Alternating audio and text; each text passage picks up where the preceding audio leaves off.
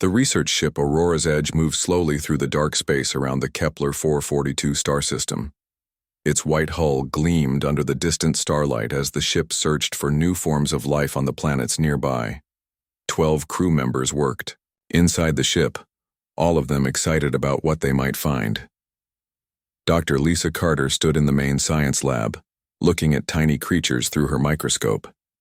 She had been studying alien life forms for 10 years, and each new discovery still made her heart race with excitement. The creatures in front of her were unlike anything she had ever seen before. They had too many legs and eyes that glowed in the dark. "These little guys are amazing," she said to herself as she made notes on her computer. "They can survive in temperatures that would kill most Earth creatures." The lab was her favorite place on the ship. Shelves lined the walls, filled with specimen containers holding life forms from dozens of different worlds. Each container told a story of adaptation and survival. Lisa had collected most of them herself during previous missions. Captain Jake Morrison sat on the bridge watching the stars through the main viewing window. He was a good captain who cared about his crew. At 45, he had spent half his life traveling between the stars, but he never got tired of seeing new worlds. "How long until we reach the third planet?"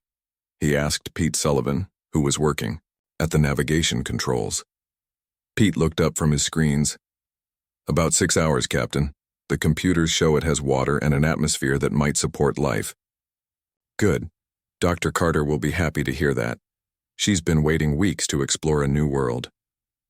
Kate Williams, the communications officer, sat at her station listening to radio signals from space. Most of what she heard was just noise from distant stars, but sometimes she picked up signals from other ships or space stations. Today, everything seemed quiet. "Captain, I'm getting some strange readings," she said, turning to face Morrison. "There's something big moving toward us from the outer system." Morrison stood up and walked over to her station. "How big?" "Really big, sir. Much bigger than our ship. And it's moving fast." Before Morrison could respond, alarms began screaming throughout the Aurora's Edge. Red lights flashed on every wall and ceiling.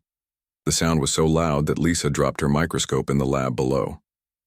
"All hands to battle stations," Morrison announced over the ship's communication system. "This is not a drill." Pete's fingers flew over his controls as he tried to identify the approaching object. "Captain, it's definitely a ship, and it's huge, at least 3 times our size." Through the main viewing window, they could see it now. The alien ship looked like a giant predator moving through space. Its hull was dark red, the color of dried blood, and it pulsed with an inner light that made it look alive. Sharp points stuck out from its sides like teeth or claws. "That doesn't look friendly," Morrison said quietly. The alien ship moved with purpose, like a shark that had found its prey. It was clearly built for war. Heavy weapons were mounted all along its hull, and thick armor plating covered every surface. The Aurora's Edge, with its thin hull and minimal weapons, looked like a toy beside it. "Captain, they're trying to contact us," Kate said, her voice shaking. "Put them on screen." The main viewing window flickered and changed to show the inside of the alien ship. What they saw made several crew members step backward in fear. The creature standing before them was a nightmare made real. It stood nearly 8 feet tall with a long skull that came to a point. Its mouth was full of razor-sharp teeth, visible even when its lips were closed. 4 powerful arms ended in hands with claws that could tear through metal. Its skin was gray-green and covered in scars. But the worst part was its eyes.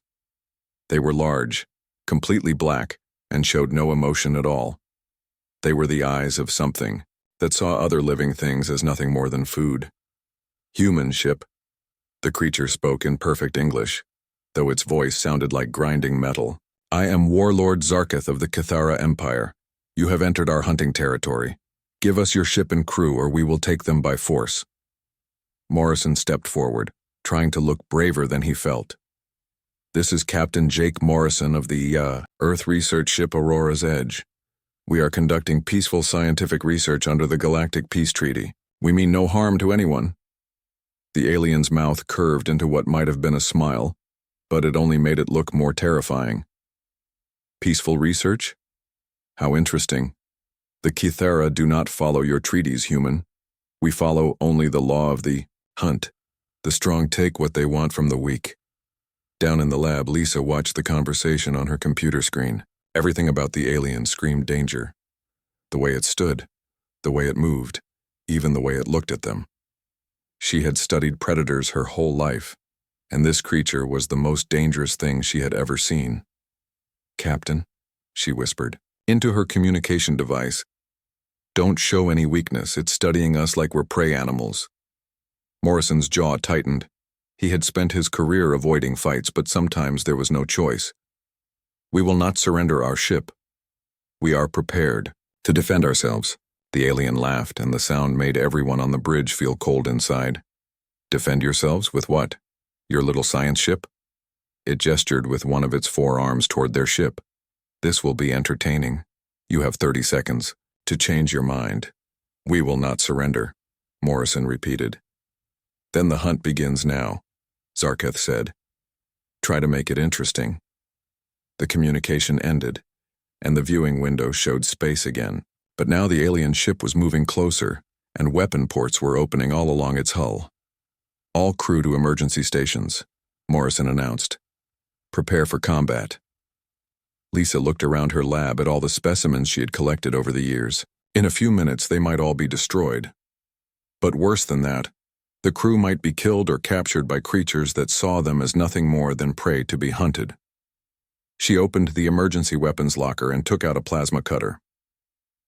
It wasn't much of a weapon, but it was better than nothing. If the aliens wanted a hunt, she would make sure they remembered it.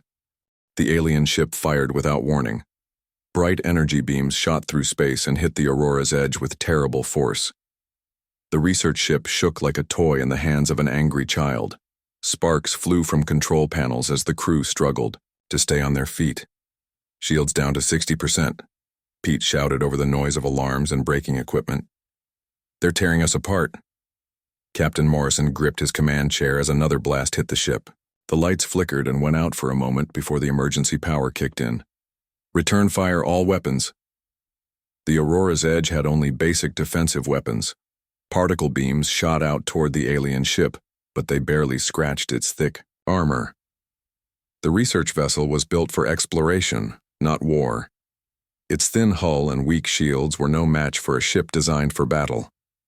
Danny Lopez, the chief engineer, was crawling through the maintenance tunnels trying to keep the ship's systems working. Smoke filled the air and made it hard to breathe. "Hull breach on deck 3, he reported. "We're losing air fast." In the science lab, Lisa was thrown against the wall as the ship shuddered under another attack. Glass containers fell from their shelves and broke on the floor. Years of research specimens spilled everywhere, mixing together in a mess of alien fluids and broken glass. She pulled herself up and looked out the small window. The Cathara ship was moving closer like a predator that knew its prey was wounded. More weapon ports opened along its hull, preparing for the killing blow. "This isn't a battle," Lisa said to herself. "This is a hunt." The alien ship fired again, and this time the blast took out the Aurora's Edge's main engines. The research ship began to drift helplessly through space, its power failing system by system. Kate Williams was still at her communication station, trying to send a distress signal to Earth. But the aliens had jammed all their communications. No one would know what happened to them. "Captain, they're jamming everything," she reported. "I can't get a signal out." Morrison looked around the bridge at his crew. These were good people, scientists and explorers who had never hurt anyone. They didn't deserve to die like this. "All hands prepare to abandon ship," he announced over the intercom. But even as he gave the order, he knew it was hopeless. Through the viewing window, he could see the alien ship destroying their escape pods with precise weapon fire. The Cathara weren't going to let anyone escape. They were playing with their prey, making the fear last longer. "They're not trying to destroy us quickly," Morrison realized. "They want us alive." The alien ship moved alongside the Aurora's Edge and extended a docking tube. There was a loud crash as the two ships connected, and then the sound of cutting tools working on the hull. The Cathara were boarding. Lisa could hear heavy footsteps in the corridors outside her lab. The aliens were inside the ship, hunting down the crew one by one. She heard Kate Williams scream from somewhere near the bridge, and then the sound was cut short. The artificial gravity failed, and everything in the lab began to float. Lisa pushed herself toward the emergency equipment locker, moving carefully through the floating debris. She could hear the aliens talking to each other in their own language, coordinating their hunt. Through the ship's internal communication system, she could hear her crewmates trying to hide. Pete Sullivan had locked himself in the navigation room, but the sound of metal being torn apart told her the door wouldn't hold for long. "Please, we're just scientists," she heard someone beg over the intercom. Then there was a wet sound and silence. The Kithara were taking their time, enjoying the hunt. Lisa could hear them moving through the ship with the confidence of predators who knew their prey had nowhere to run. They made clicking sounds to each other, almost like they were laughing. The lab door began to buckle inward. Through the growing gap, Lisa could see the glow of a cutting torch. One of the aliens was forcing its way inside. She pulled herself behind the largest equipment cabinet and tried to control her breathing. Her heart was beating so loud she was sure the alien would hear it. The cutting torch went quiet and she heard the door crash to the floor. Heavy footsteps entered the lab. Lisa could hear the alien breathing, a sound like air moving through a cave. It was looking for her, searching through the floating debris with the patience of a true hunter. The creature moved deeper into the lab, its forearms spreading wide as it searched. Lisa could smell it now, a mixture of metal and something organic that made her stomach turn, the smell of a predator that had killed many times before. Through a gap in the equipment, she could see part of the alien. Its scarred hide told the story of many hunts, many kills. This wasn't just a warrior. This was something that lived for the chase, for the fear in its prey's eyes before the final strike.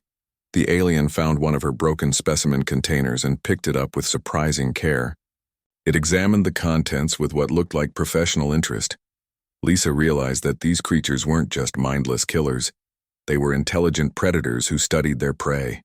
The alien dropped the container and continued searching. It was getting closer to her hiding place, moving with the methodical patience of something that knew it had all the time in the world. Lisa's hand found the plasma cutter she had taken from the emergency locker. It wasn't much of a weapon, but it was all she had. If she was going to die, she would at least try to fight back. The alien stopped searching and stood perfectly still. Its head turned toward her hiding place, and Lisa knew with cold certainty that it had found her. "Come out, little human," it said in that grinding voice. "The hunt is over. Time to join your friends." Lisa dragged the dead alien's body to the center of the lab and began searching it for weapons. The creature carried a strange energy weapon on its belt, along with what looked like a communication device. But what caught her attention was a collection of small objects hanging from a cord around its neck. She examined the items more closely and felt sick. A wedding ring, a child's toy, a military badge, pieces of jewelry. These were trophies from the alien's previous hunts. Each item represented someone who had died for this creature's entertainment. The sight filled Lisa with cold anger. These weren't just predators hunting for survival. They were killers who collected souvenirs from their victims.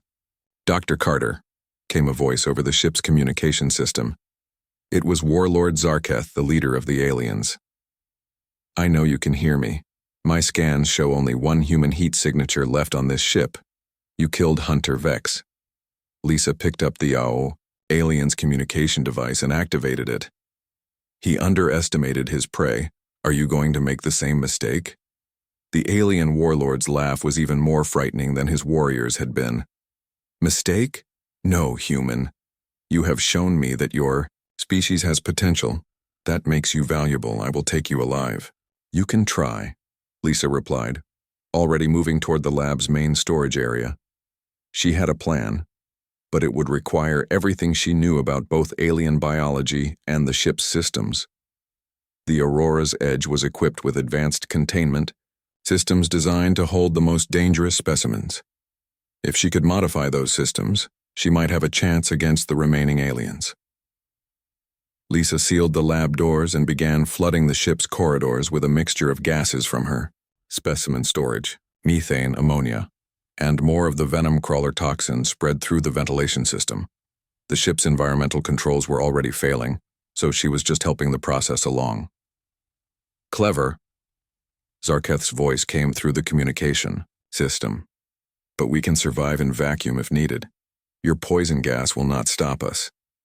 "It's not meant to stop you," Lisa said, working quickly at the environmental controls. "It's meant to level the playing field." She activated the ship's emergency lighting system, making the lights flash on and off throughout the corridors. The combination of toxic gases and strobing lights would interfere with the aliens' senses and hopefully make them angry enough to make mistakes. Through the security cameras, Lisa could see the remaining Kithra warriors moving through the ship with increased caution.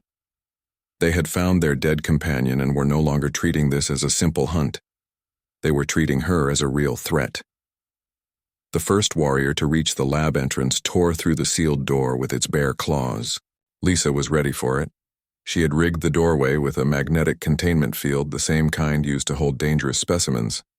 The alien walked right into the invisible barrier and was trapped. The creature struggled against the magnetic field, its 4 arms pushing against the energy barrier that held it in place. Lisa stepped forward with the plasma cutter and ended its life quickly. The second warrior was more careful, but Lisa had prepared multiple traps throughout the lab. She used everything she could find: chemical containers, electrical systems, even the lab's specimen freezer. Each alien that entered, her domain died before it could reach her. Finally, Warlord Zarketh himself appeared in the doorway. He was larger than his warriors, with more scars and a look of ancient intelligence in his black eyes. He stepped carefully over the bodies of his dead soldiers and looked at Lisa with something that might have been respect. "You are not what we expected," he said, his voice carrying a note of admiration. "We have hunted 1,000 worlds. Never has prey turned predator so effectively." "We're not prey," Lisa said, raising the alien energy weapon she had taken from the first warrior. "We're humans, and we adapt." The final battle was brutal. Zarketh was faster and stronger than his warriors, with reflexes honed by centuries of hunting. But Lisa fought on her home ground, surrounded by the tools of her trade and fueled by anger over her dead crewmates. She used every trick she knew, every piece of equipment in the lab, every weakness she had observed in the alien species. When Zarketh's superior speed allowed him to dodge her shots, she used the lab's chemical dispensers to create acid clouds. When his strength let him break through her barriers, she electrified the floor panels. The warlord was impressed, despite himself. "You fight like a true predator," he said as they circled each other in the ruined lab. "Your species has great potential." "Thank you," Lisa replied. "Now die." She triggered the lab's emergency venting system, sucking all the air out of the room. The sudden decompression threw both of them against the walls, but Lisa had prepared for it with a breathing mask. Zarketh, caught by surprise, struggled to reach his own emergency equipment. Lisa shot him 3 times with the energy weapon while he was gasping for air. The warlord fell to the deck, his massive body finally still. Lisa stood alone among the bodies of her enemies, the ship dying around her. She gathered the alien weapons and communication devices, evidence of their technology and their crimes. Most importantly, she took Zarketh's trophy collection, which contained items from dozens of different worlds.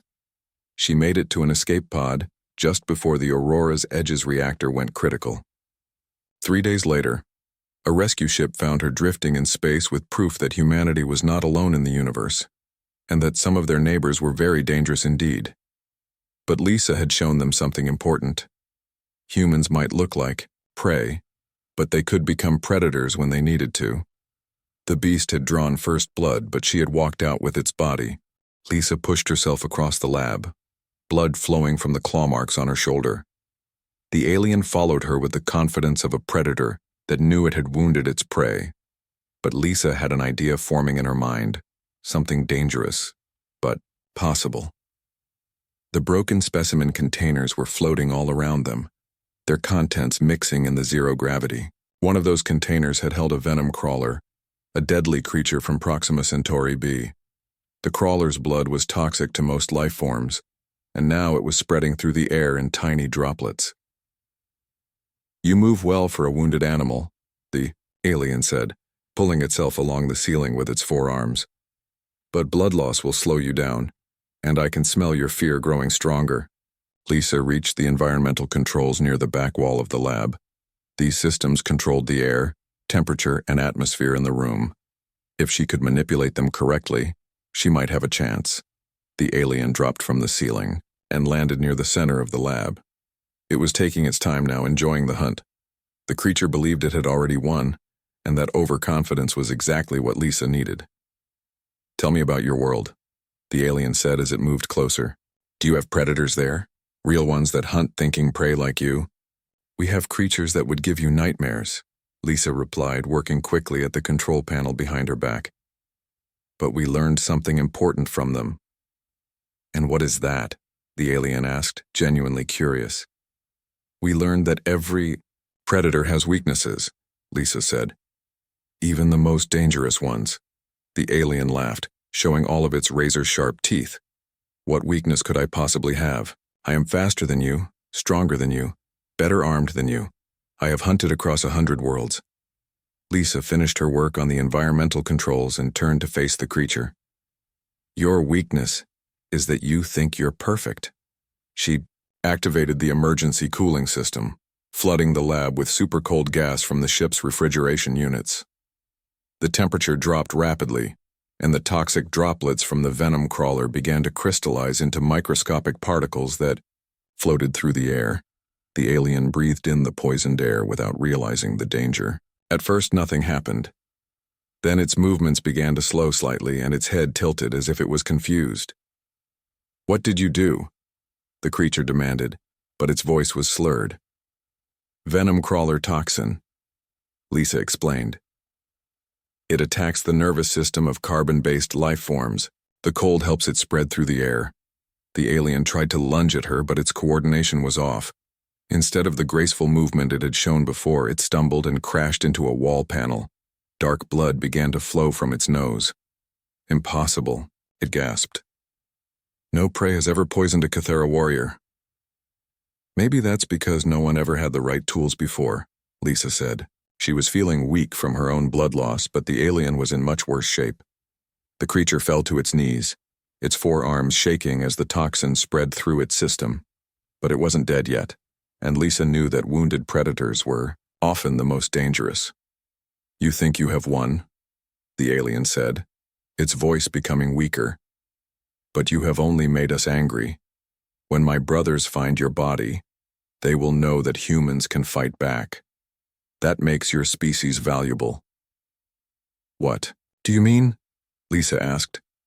"We do not just hunt for food," the creature explained.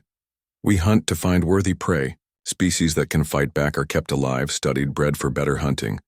Your world will become our game preserve." The alien tried to stand up, but its legs wouldn't support its weight. The toxin was shutting down its nervous system piece by piece. But its eyes still burned with intelligence and hatred. "I am dying, but my death will doom your entire species," it said. "We will come to your Earth in great numbers. Your people will become our prey." Lisa felt cold fear in her stomach. She had won this battle, but she might have started a war that humanity couldn't win. The Cathara were clearly a powerful species with advanced technology and a culture built around hunting. But then she remembered something. This alien had said that its brothers would find her body. That meant they expected her to die here.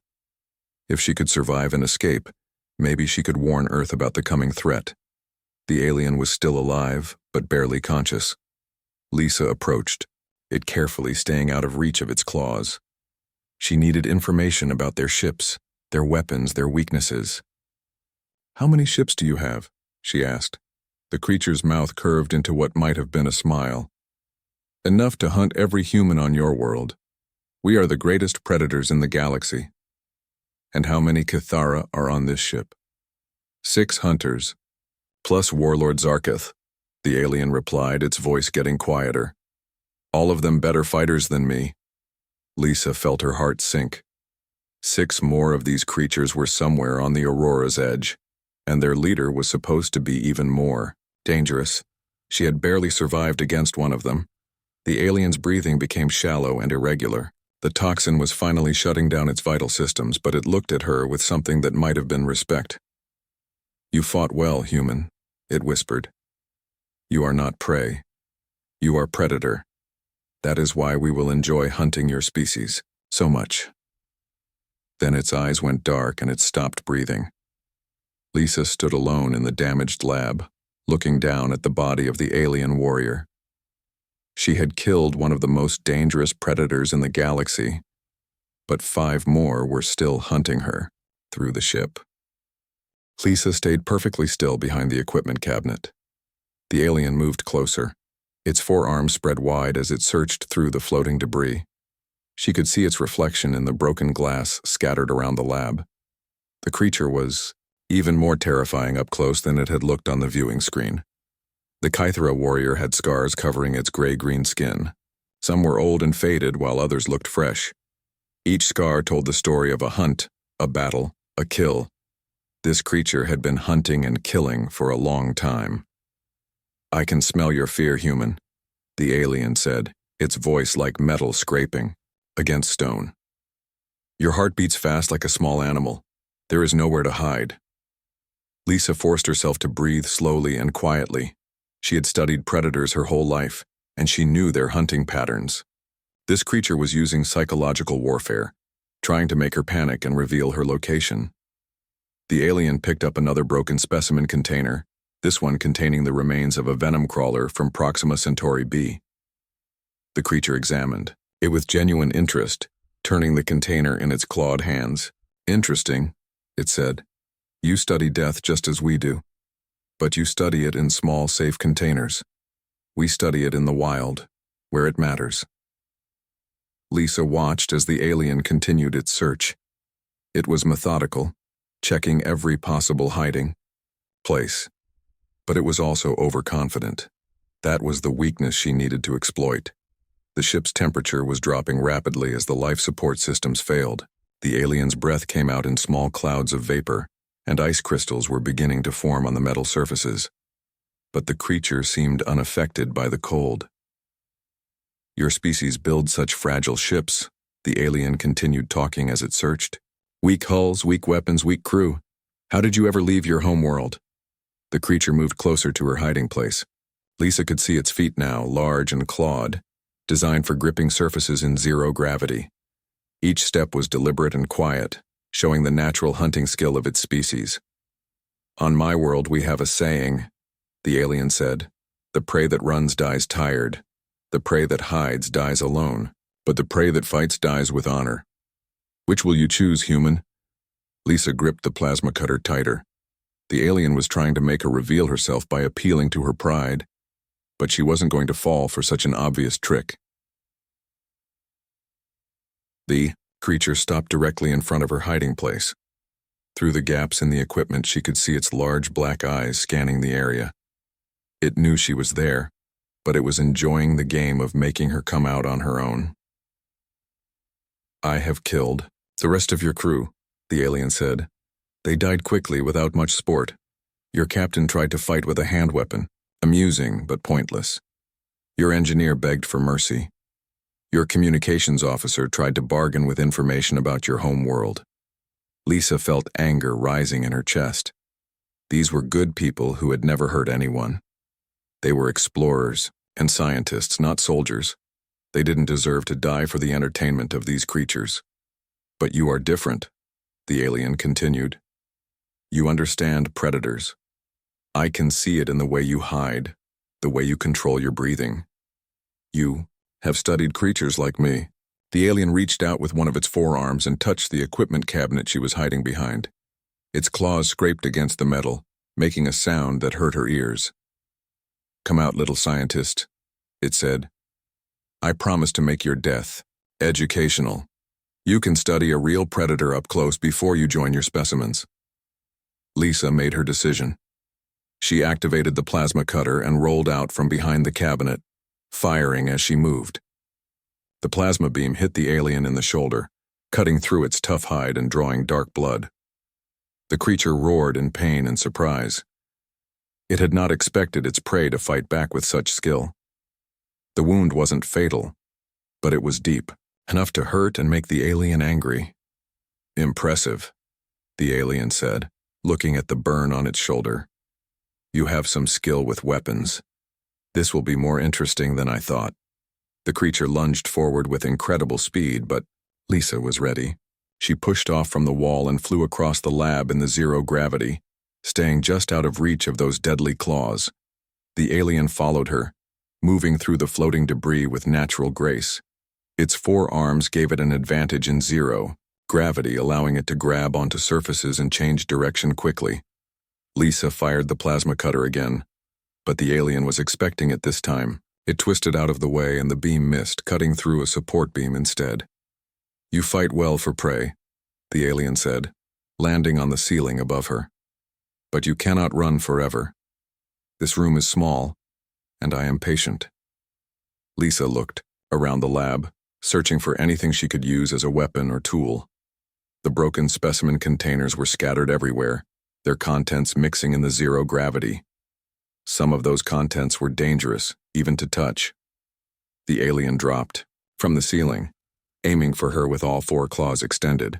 Lisa pushed off from a wall panel and spun away, but one of the creature's claws caught her shoulder, tearing through her uniform and drawing blood. "First blood to me," the alien said with satisfaction. "As it should be." Lisa ignored the pain in her shoulder and kept moving. The alien was faster and stronger, but she knew this lab better than anyone. Every piece of equipment, every specimen, every system. And that gave her an idea.